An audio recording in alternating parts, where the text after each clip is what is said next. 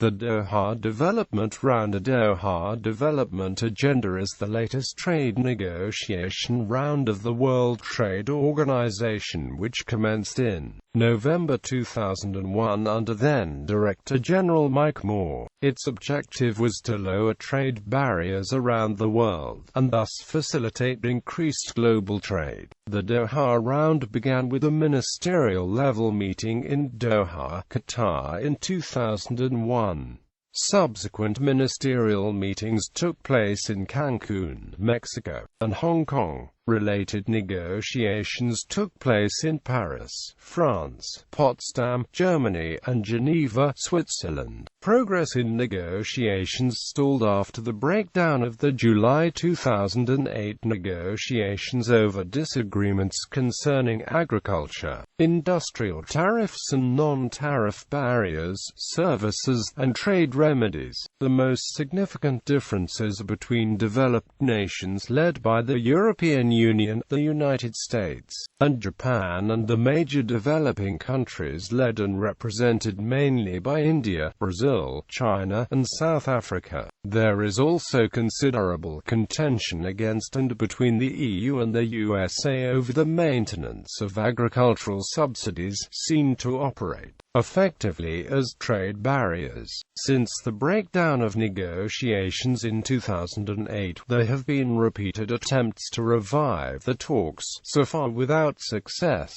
Intense negotiations, mostly between the USA, China, and India, were held at the end of 2008 seeking agreement on negotiation modalities, an impasse which was not resolved. In April 2011, then Director General Pascal Lamy asked members to think hard about the consequences of throwing away 10 years of solid multilateral work. A report to the WTO General Council by Lamy in May 2012 advocated small steps, gradually moving forward the parts of the Doha Round which were mature, and rethinking those where greater differences remained. Adoption of the Bali Ministerial Declaration on the 7th of December 2013 for the first time successfully addressed bureaucratic barriers to commerce, a small part of the Doha Round agenda. However, as of January 2014, the future of the Doha Round remains uncertain. Negotiations. Doha Round talks are overseen by the Trade Negotiations Committee, whose chair is the WTO's Director General, currently Roberto Azevedo. The negotiations are being held in 5 working groups and in other existing bodies of the WTO. Selected topics under negotiation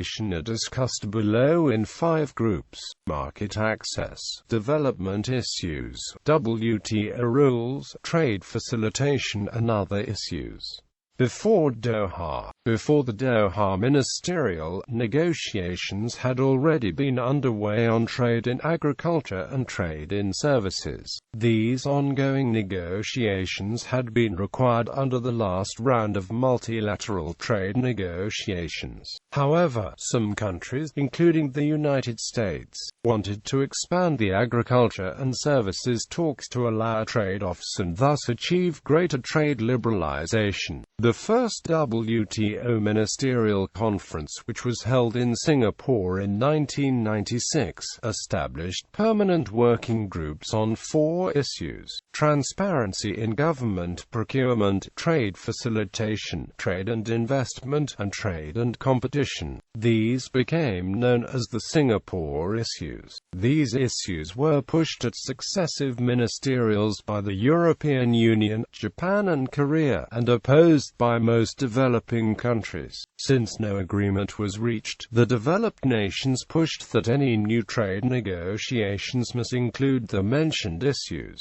The negotiations were intended to start at the Ministerial Conference of 1999 in Seattle, USA, and be called the Millennium Round, but Due to several different events including protest activity outside the conference, the negotiations were never started. Due to the failure of the Millennium Round, it was decided that negotiations would not start again until the next ministerial conference in 2001 in Doha, Qatar. Just months before the Doha Ministerial, the United States had been attacked by terrorists on the 11th of September 2001. Some government officials called for greater political cohesion and saw the trade negotiations as a means toward that end. Some officials thought that a new round of multilateral trade negotiations could help a world economy weakened by recession and terrorism-related uncertainty. According to the WTO, the year 2001 showed the lowest growth in output in more than 2 decades, and world trade contracted that year. Doha, 2001. The Doha Round officially began in November 2001, committing all countries to negotiations opening agricultural and manufacturing markets, as well as trade in services negotiations and expanded intellectual property regulation. The intent of the round, according to its proponents, was to make trade rules fairer for developing countries. However, by 2008, critics were charging that the round would expand a system of trade rules that were bad for development and interfered excessively with countries' domestic policy space. The 2001 ministerial declaration established an official deadline for concluding negotiations for the Doha Round at January 1, 2005. Cancún, 2003. The 2003 Cancún talks, intended to forge concrete agreement on the Doha Round objectives, collapsed after 4 days during which the members could not agree on a framework to continue negotiations. Low-key talks continued since the ministerial meeting in Doha, but progress was almost non-existent. This meeting was intended to create a framework for further negotiations.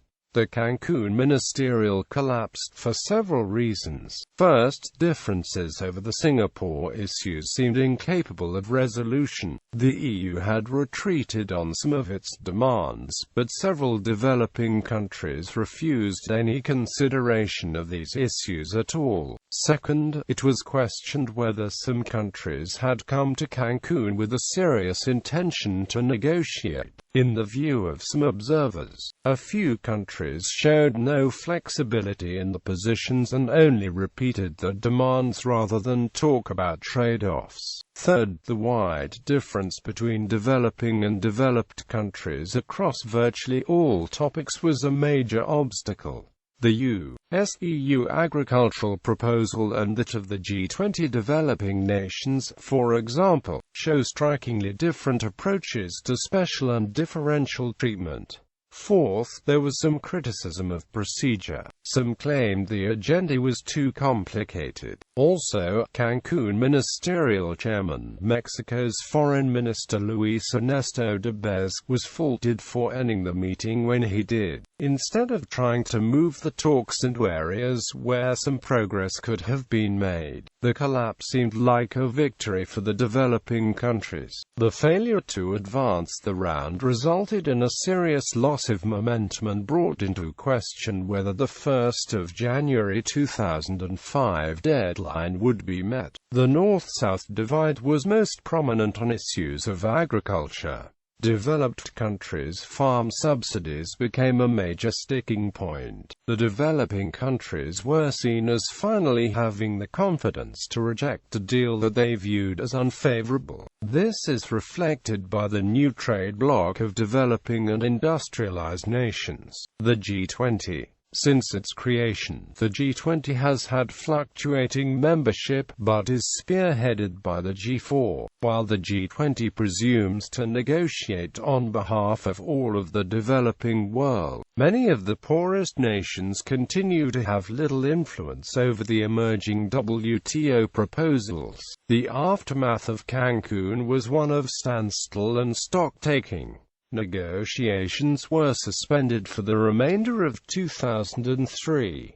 Starting in early 2004, U.S. Trade Representative Robert Zoellick pushed for the resumption of negotiations by offering a proposal that would focus on market access, including an elimination of agricultural export subsidies. He also said that the Singapore issues could progress by negotiating on trade facilitation, considering further action on government procurement, and possibly dropping investment and competition. This intervention was credited at the time with reviving interest in the negotiations, and negotiations resumed in March 2004. In the months leading up to the talks in Geneva, the EU accepted the elimination of agricultural export subsidies by date certain. Quote, "The Singapore issues were moved off the Doha agenda. Compromise was also achieved over the negotiation of the Singapore issues as the EU and others decided. Developing countries too played an active part in negotiations this year, first by India and Brazil negotiating directly with the developed countries on agriculture, and second by working toward acceptance of trade facilitation as a subject for negotiation. With these issues pushed aside, the negotiators in Geneva were able to concentrate on moving forward with the Doha Round. After intense negotiations in late July 2004, WTO members reached what has become known as the Framework Agreement, which provides broad guidelines for completing the Doha Round negotiations. The agreement contains a 4-page declaration, with 4 annexes covering agriculture, non-agricultural market access services, and trade facilitation, respectively. In addition, the agreement acknowledges the activities of other negotiating groups and exhorts them to fulfill the Doha Round negotiating objectives. The agreement also abandoned the 1st of January 2005 deadline for the negotiations and set December 2005 as the date for the 6th ministerial to be held in Hong Kong. Trade negotiators wanted to make tangible progress before the December 2005 WTO meeting in Hong Kong, and held a session of negotiations in Paris in May 2005. Paris talks were hanging over a few issues. France protested moves to cut subsidies to farmers, while the US, Australia, the EU, Brazil and India failed to agree on issues relating to chicken, beef and rice. Most of the sticking points were small technical issues, making trade negotiators fear that agreement on large politically risky issues will be substantially harder. Hong Kong, 2005. The 6th WTO Ministerial Conference took place in Hong Kong, 13 to the 18th of December 2005. Although a flurry of negotiations took place in the fall of 2005, WTO Director General Pascal Lamy announced in November 2005 that a comprehensive agreement on modalities would not be forthcoming in Hong Kong, and that the talks would take stock of the negotiations and would try to reach agreements in negotiating sectors where convergence was reported.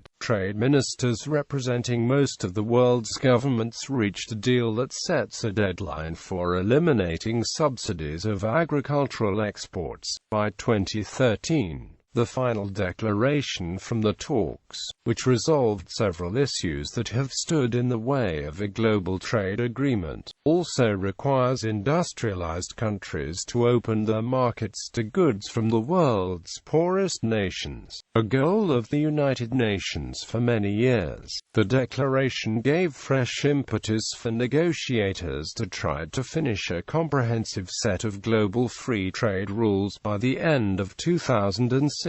Director General Pascal Lamy said, "I now believe it is possible, which I did not a month ago.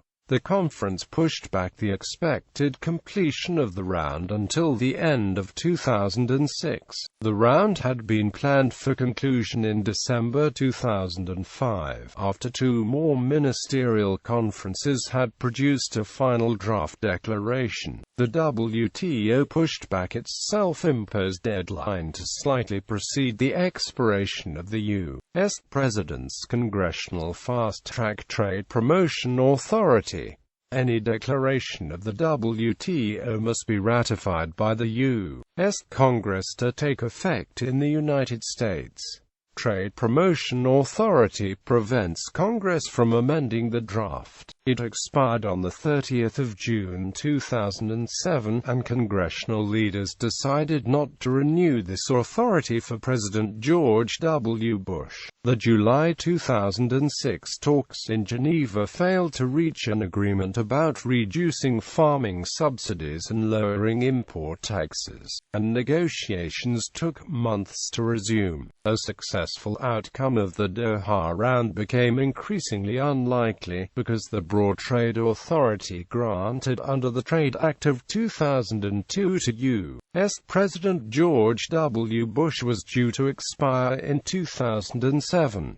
Any trade pact would then have to be approved by the U.S. Congress, with the possibility of amendments which would hinder the U.S. negotiators and decrease the willingness of other countries to participate. Hong Kong offered to mediate the collapsed trade liberalization talks. Director General of Trade and Industry, Raymond Young, says the territory, which hosted the last round of Doha negotiations, has a moral high ground on free trade that allows it to play the role of honest broker. In June 2007, negotiations within the Doha Round broke down at a conference in Potsdam, as a major impasse occurred between the USA, the EU, India and Brazil. The main disagreement was over opening up agricultural and industrial markets in various countries and how to cut rich nation farm subsidies. On the 21st of July 2008, negotiations started again at the WTO's HQ in Geneva on the Doha Round, but stalled after 9 days of negotiations over the refusal to compromise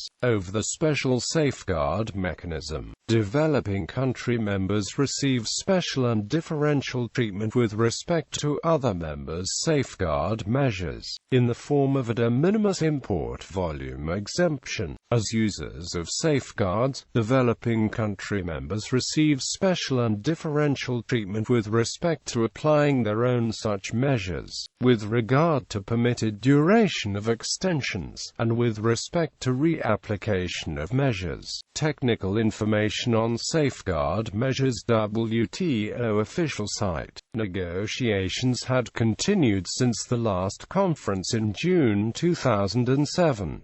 Director General Pascal Lamy said before the start of the conference that the odds of success were over 50%. Around 40 ministers attended the negotiations, which were only expected to last 5 days but instead lasted 9 days. Kamal Nath, India's Commerce Minister, was absent from the first few days of the conference due to a vote of confidence being conducted in India's parliament. On the second day of the conference, U.S. Trade Representative Susan Schwab announced that the U.S. would cap its farm subsidies at $15 billion a year, from $18.2 billion in 2006. The proposal was on the condition that countries such as Brazil and India drop their objections to various aspects of the round. The US and the EU also offered an increase in the number of temporary work visas for professional workers. After 1 week of negotiations, many considered agreement to be within reach. However, there were disagreements on issues including special protection for Chinese and Indian farmers and African and Caribbean banana imports to the EU. India and China's hard stance regarding tariffs and subsidies was severely criticized by the United States. In response, India's Commerce Minister said, "I'm not risking the livelihood of millions of farmers." The negotiations collapsed on the 29th of July over issues of agricultural trade between the United States, India, and China. In particular, there was insoluble disagreement between India and the United States over the Special Safeguard Mechanism, a measure designed to protect poor farmers by allowing countries to impose a special tariff on certain agricultural goods in the event of an import surge or price fall. Pascal Lamy said members have simply not been able to bridge the differences. Quote, he also said that out of a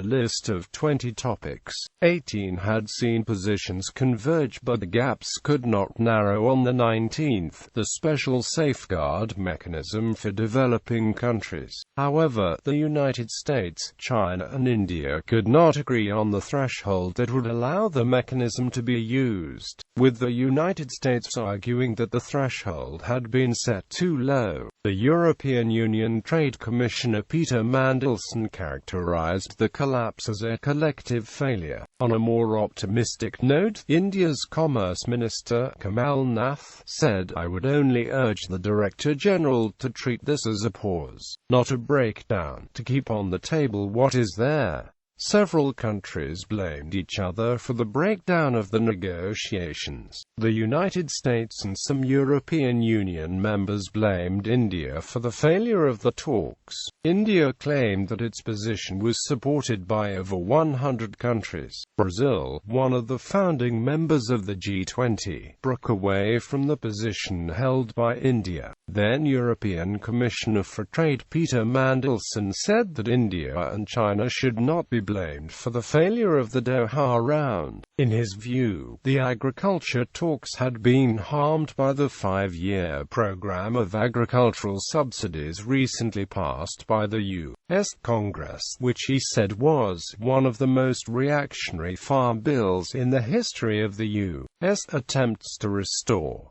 In 2008, several countries called for negotiations to start again. Luiz Inácio Lula da Silva, former president of Brazil, called several countries' leaders to urge them to renew negotiations. The Director General and Chair of the Trade Negotiations Committee, Pascal Lamy, visited India to discuss possible solutions to the impasse. A mini-ministerial meeting held in India on 3 and 4 September 2008 pledged to complete the round by the end of 2010. The declaration at the end of the G20 Summit of World Leaders in London in 2009 included a pledge to complete the Doha Round. Although a WTO ministerial conference scheduled in November 2009 would not be a negotiating session, there would be several opportunities in 2009 to discuss the progress. The WTO is involved in several events every year that provide opportunities to discuss and advance trade negotiations at a conceptual level. In early 2010, Brazil and Lamy focused on the role of the United States in overcoming the deadlock. President Lula urged Barack Obama to end a trade dispute between Brazil and the U.S. over cotton subsidies after the WTO gave Brazil the formal go-ahead in 2009 to impose sanctions on imports of over 100 U.S. goods. Lamy highlighted the difficulty of obtaining agreement from the U.S. without the presidential fast-track authority and biennial elections.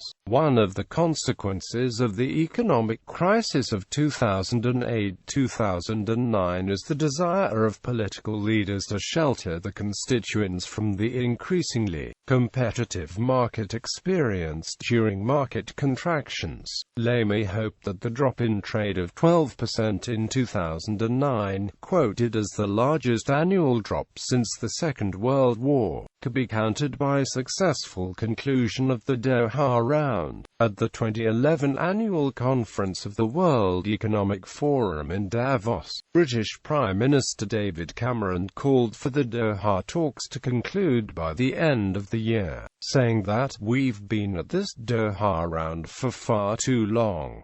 It's frankly ridiculous that it has taken 10 years to do this deal." Peter Sutherland, a former WTO Director General, called for the talks to be concluded in December that year, but hope having failed to eventuate. Pascal Lamy reported to the General Council on the 1st of May 2012 that on the Doha Round, "My conversations over the past few weeks with ministers and delegations have provided me with a sense that members wish to continue to explore any opportunities to gain the necessary traction and make tangible progress soon." In December 2013, under new Director General Roberto Azevedo, negotiations of the 9th Ministerial Conference held in NUSA Doha, Bali, Indonesia produced agreement on a Bali package, addressing a small portion of the Doha program, principally bureaucratic red tape. Because of the controversial nature of reforming laws on intellectual property, trade in services and subsidizing crops for food security, the talks focused on trade facilitation, which means lowering cross-border tariffs and other regulations which impede international trade. However, there was still some controversy over this, with Cuba threatening to oppose any deal which did not affect the U.S. embargo on Cuba. The trade facilitation measures agreed in Bali could cut the cost of shipping goods around the world by more than 10%, by one estimate, raising global output by over $400 billion a year, with benefits flowing disproportionately to poorer countries. It was claimed that the Bali package, if implemented in full, could boost the global economy by $1 trillion and create 21 million new jobs. The Bali agreement included a 12-month deadline for the development of a clearly defined work program on the remaining issues. The alternative to the WTO was seen as a proliferation of bilateral and regional agreements and, in the case of agriculture, the increased use of private standards.